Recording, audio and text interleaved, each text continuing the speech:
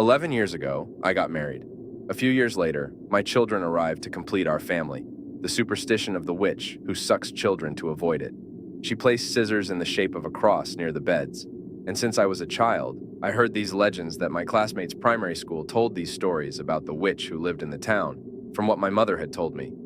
I knew that since my children were baptized at 4 and 3 years old respectively, it was practically impossible for a witch to catch them. But I was very wrong. The area I live in is generally cold, so we put 2 beds together so that my children could sleep in one and us in the other, so we could provide warmth. With a chill, I remember that night. Normally, I was a very heavy sleeper, and my wife was a very light sleeper. But there was something on that occasion in that night that kept me restless. My wife was sleeping very soundly. My son was normally one of those children who wakes up in the position in which they fall asleep. But that night, he was very restless, moving around quite a bit. I remember that it was approximately 3:30 in the morning when a persistent noise woke me up. It was a kind of clicking noise that we make with our tongue. I stayed attentive, listening and trying to orient myself to identify where the noise was coming from.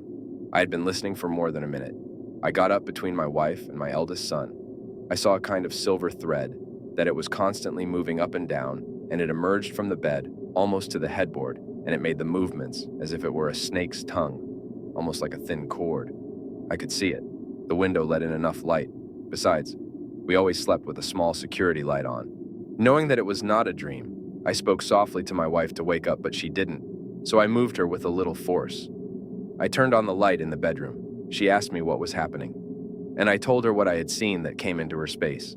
And my son, a silver thread moved and a clicking sound was heard. Needless to say, she was shocked and startled since she also knew the story told by my mother and also by her grandparents. We searched between the blankets and found no trace of that silver thread.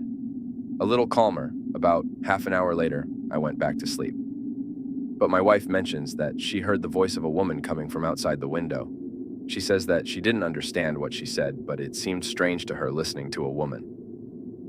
That hour of the morning, he looked out and there was no one, so he began to pray when it dawned. He told me last night, "You were very restless. Something around your neck left me extremely perplexed, because he told me that I couldn't sleep because there was a cord that was bothering me on my neck." Those were his words, exactly as he told them to me. Fortunately, after checking me, we didn't find a single scratch. But for me, this was a warning, and I want to say that I am not very religious.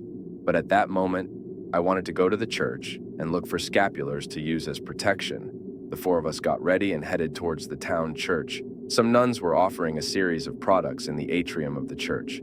We looked for some scapulars, and suddenly, one of the nuns who couldn't take her eyes off my daughter approached and told her that she was very pretty, and that she hoped we would take her to kindergarten that the nun has in the convent. He was too insistent and did everything possible to get close to my girl, but she avoided him, hiding.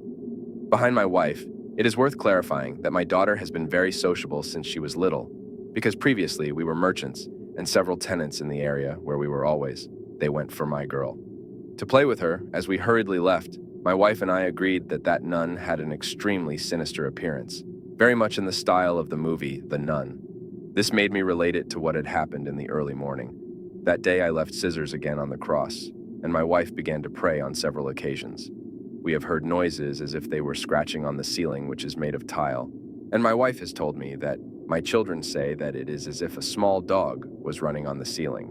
I went up with a knife and my pit bull to the roof, but fortunately, I didn't see anything. And I don't want to think what I would do if I saw an entity waiting for me on the roof of the house. In the same way, I have occasionally woken up in the early morning to the noise of small stones that bounce and roll and fall one after another, as if someone was having fun throwing it on the roof. The doubt made me investigate what that silver thread could have been. And what I found, according to legend, that thread is the tongue of the witch. Some people say that if you cut the silver thread, a lot of blood flows out of it, and that is why the scissors are in a cross. Not so much because of the reference to the Christian cross as protection, but because of the position they can be quickly taken as if they were scissors to cut. I read that if you see threads hanging from the ceiling or wall without being tied to anything, be careful, or you would be cursed.